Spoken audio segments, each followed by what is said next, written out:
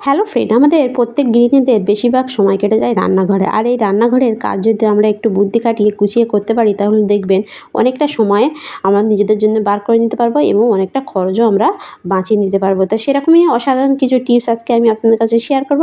আশা করছি এই টিপসগুলো জানলে আপনারা সংসারের কাজটা অনেকটা সহজে করে দিতে পারবেন। তা ভিডিওটা শুরু করার আগে যারা আমার চ্যানেলে নতুন আছেন তারা অবশ্যই সাবস্ক্রাইব করে আমার পাশে থাকবেন, পাশে বেল আইকনটা বাজিয়ে দেবেন। তা চলুন চলে যাই প্রথম টিপসে। দেখুন, এখানে আমি নিয়ে নিচ্ছি একটা ছোট বাটি, আর এই বাটিতে দিয়ে দেবো বাড়িতে থাকা সামান্য কিছু জিনিস। তা দেখুন, তো এখানে আমি নিয়ে নিচ্ছি একটা শ্যাম্পুর ছোট প্যাক।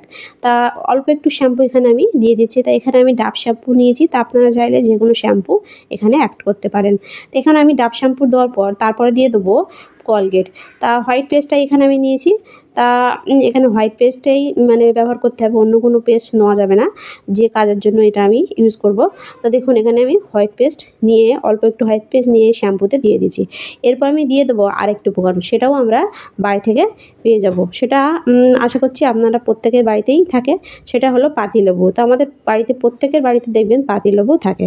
তো এখানে আমি পাতিলেবু আধখানা পাতিলেবু এটা দিয়ে দিলাম। দিয়ে আমি প্রতিটা উপকরণ ভালোভাবে একটু এভাবে মিশিয়ে নেব। এভাবে মিশিয়ে নেওয়ার পর দেখবেন এটা একদম ভালোভাবে 3টে উপকরণ মিশে যাবে। এটা আমরা কিভাবে কি কাজে ইউজ করব? তা দেখুন, আমাদের প্রত্যেকের বাড়িতে বাচ্চারা থাকে বা বড়রা থাকে, দেখবেন যারা মানে অফিসে যায় বা বলুন স্কুলে যায়, দেখবে এরকম সাদা হয়তো তাদের ইউনিফর্ম থাকে, যে কোনো সাদা ইউনিফর্ম থাকে। দেখবেন সাদা বলুন বা যে কোনো প্যান্টে দেখবেন পায়ের ধারে এরকম মানে পরলে দেখবেন কিছুদিন পর পায়ের ধারে এরকম একটা কালো স্পট হয়ে যায় বা ময়লা পড়ে যায়। এটা দেখবেন ঘষাঘষি করলেও আমরা মানে সাবান সার্ফ দিয়ে ঘষলেও আমরা তুলতে পারি না। তা আমরা যদি এরকম একটা পেস্ট বানিয়ে এটা মানে কিছুক্ষণ দিয়ে রাখতে পারি, তাহলে দেখবেন খুব সহজে এটা আপনারা ঘষাঘষি ছাড়াই তুলে নিতে পারবেন একদম 2 মিনিটে। তা দেখুন, এখানে আমি এটা এই পেস্টটা যে পেস্টটা আমি বানিয়ে রেখেছি এটা আমি এতে এভাবে লাগিয়ে দিচ্ছি। তো এভাবে লাগিয়ে দিয়ে আমি কী করব, এটা আমি রেখে দেবো 5 মিনিটের জন্য। তো এভাবে ভালোভাবে একটু লাগিয়ে দিতে হবে মিশ্রণটি। দিয়ে আপনারা চাইলে হাত দিয়েও ভালোভাবে এইভাবে এপিট ওপিট, এছাড়া আপনারা শুধু এভাবে কালো কেন, আপনারা চাইলে যে কোনো মানে কালি রং আপনারা এইভাবে খুব সহজে এই পেস্টটা দিয়ে তুলে নিতে পারবেন। তো এটা আমি 5 মিনিটের জন্য এভাবে রেখে দেবো। তা 5 মিনিট পর তারপর আমি আপনাদের দেখাচ্ছি এটা কত সহজে কীভাবে উঠে যায়। তারপরে দেখুন আমার 5 মিনিট হয়ে গেছে। তারপরে দেখুন 5 মিনিট পর আপনারা কি করবেন, একটা চামচ নিয়ে এভাবে একটু সামান্য একটু ডলা দেবেন। চামচ নিয়ে ডলা দিলে দেখবেন এই যে মিশ্রণের সঙ্গে যে ময়লার স্পটটা থাকবে খুব সহজে এটা উঠে যাবে। এরপর আমি মানে এটা ধুয়ে তারপর আমি আপনাদের দেখাচ্ছি এটা। তারপর দেখুন আমার এটা ঘষে ধোয়া হয়ে গেছে। তো এইভাবে একটু ঘষে ধুয়ে নেবেন, তারপর দেখবেন খুব সহজে ময়লাগুলো একদম উঠে যাবে আর প্যান্টটা একদম নতুনের মতন চকচকে হয়ে যাবে। তো অসাধারণ একটা আইডিয়া, এটাও চাইলে আপনারা ফলো করে দেখতে পারেন। এরপরে চলে যাবো আমি আরেকটা টিপস। এটা দেখুন, আমাদের প্রত্যেকের বাড়িতে দেখবেন বয়স্ক লোকেরা থাকে, তারা দেখবেন এরকম ওষুধ যে কোনো ওষুধ তারা মানে খায়। তাদের একটা সমস্যা হয় কি, তারা হয়তো যখন মানে এই মানে এটা শুধু বয়স্ক লোকেদের না, বড়দের ক্ষেত্রেও হয়, মাঝে সাঝে অনেকের হয়ে থাকে। দেখবেন তারা এই লেখাগুলো হয়তো এক্সপায়ার ডেট তারা দেখতে চায়, তাদের এগুলো লেখাগুলো বা নাম দেখতে চায়, তারা দেখতে পারে না। তা এরা দেখার জন্য অসাধারণ একটা টিপস আজকে আমি আপনার কাছে শেয়ার করব। তা দেখুন, আপনারা কি করবেন, এরকম একটু মানে যে কোনো মোবাইল নিয়ে এভাবে আপনারা কি করবেন, একটু জুম করে নেবেন। জুম করে নিলে দেখবেন এই লেখাগুলো স্পষ্ট বোঝা যাবে, আর আপনারা চশমা ছাড়া বা যে কোনো উপায়ে এটা আপনারা দেখতে পাবেন। একেবারে মানে কোনো অসুবিধাও আপনাদের হবে না। আর খুব সহজে আপনারা এভাবে জুম করে আপনারা এই ওষুধের যে কোনো মানে নাম বলুন বা এক্সপায়ার হয়ে যাওয়ার ডেট বলুন, আপনারা খুব সহজে দেখে নিতে পারবেন। তো অসাধারণ একটা আইডিয়া, এটাও চাইলে আপনারা ফলো করে দেখতে পারেন। তো এরপরে চলে যাবো আমি আরেকটা টিপসে। তা দেখুন, আদা আমরা প্রত্যেকে রান্নার কাজে ইউজ করি। আর এই আদা বিশেষ করে দেখবেন ছেলার সময় আমাদের একটা সমস্যা হয় কি, দেখবেন অনেকটা আদা এরকম মানে যখন আমরা ছিলতে যাই, দেখবেন যখন এরকম একটু মানে টেরা বেঁকা আদা থাকে, দেখবেন একটু অনেক সময় দেখবেন আদাটা অনেকটা বাদ পড়ে যায়। আর এখন তো আদার যা দাম, তা আপনারা কি করবেন, বটি দিয়ে এগুলো না ছিলে আপনারা যদি এরকম একটা চামচ দিয়ে এরকমভাবে একটু ছিলে নেন, তাহলে দেখবেন খুব সহজে আপনারা আদাগুলো ছিলে নিতে পারবেন।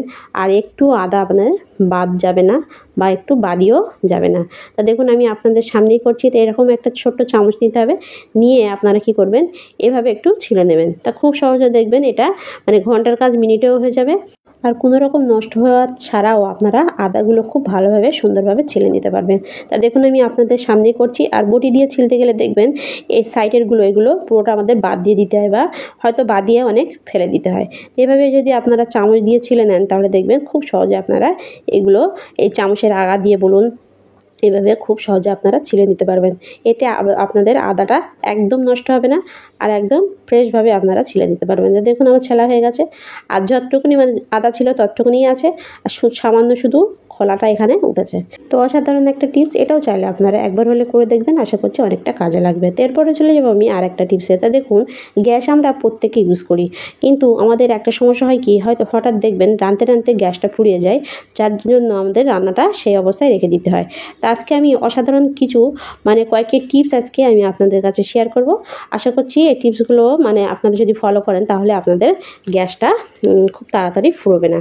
তা দেখুন, তা প্রথম টিপস হলো কি, তা দেখুন আমাদের প্রত্যেকের বাড়িতে দেখবেন এরকম সিলিন্ডার থাকে। তা আপনারা হয়তো গ্যাসটা কখন শেষ হবে হয়তো জানেন না, বা গ্যাসে কতটা গ্যাস আছে আপনারা হয়তো জানেন না। তা আপনারা কী করবেন, এরকম একটা তোয়ালি বা যে কোনো একটা কাপড় নিয়ে ভিজিয়ে নিয়ে এরকম কী করবেন, গ্যাসের মানে সিলিন্ডারের গায়ে এভাবে একটু ভিজিয়ে দেবেন, মানে মুছে নেবেন। নেওয়ার পর আপনারা দেখবেন যে পজিশানটা একটু তাড়াতাড়ি শুকিয়ে যাবে আপনারা বুঝে নেবেন যে সেই পজিশানে গ্যাস নেই। তা দেখুন আমি এখানটা পুরোটা মুছেছি। তা আমি এখানে মানে 5 মিনিট পরে তারপরে আমি আপনাদের দেখাচ্ছি এটা কেমন হয়। তা দেখুন আমার 5 মিনিট হয়ে গেছে। দেখুন আমার ওপরের পজিশানটা কিন্তু তাড়াতাড়ি শুকিয়ে গেছে, আর নিচেরটা দেখুন এখনও শুকোয়নি। তার মানে হচ্ছে এখানে মানে এ পর্যন্ত গ্যাস আছে আর উপরে গ্যাস নেই। তো এতেই আমরা বুঝে নিতে পারি যে আমাদের গ্যাসটা কোন পর্যায়ে আছে, মানে শেষের পর্যায়ে কি মানে এখনও অনেক আছে। তো এই টিপসটাও আপনারা ফলো করে দেখতে পারেন। এছাড়া আর একটা টিপস হলো, আপনারা যখন গ্যাসটা দেবেন তখন এভাবে গ্যাসের উপরে এভাবে একটা তারিখ দিয়ে রাখবেন।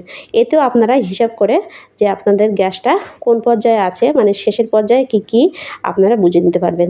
তো এই দুটো টিপসও আপনারা ফলো করে দেখতে পারেন।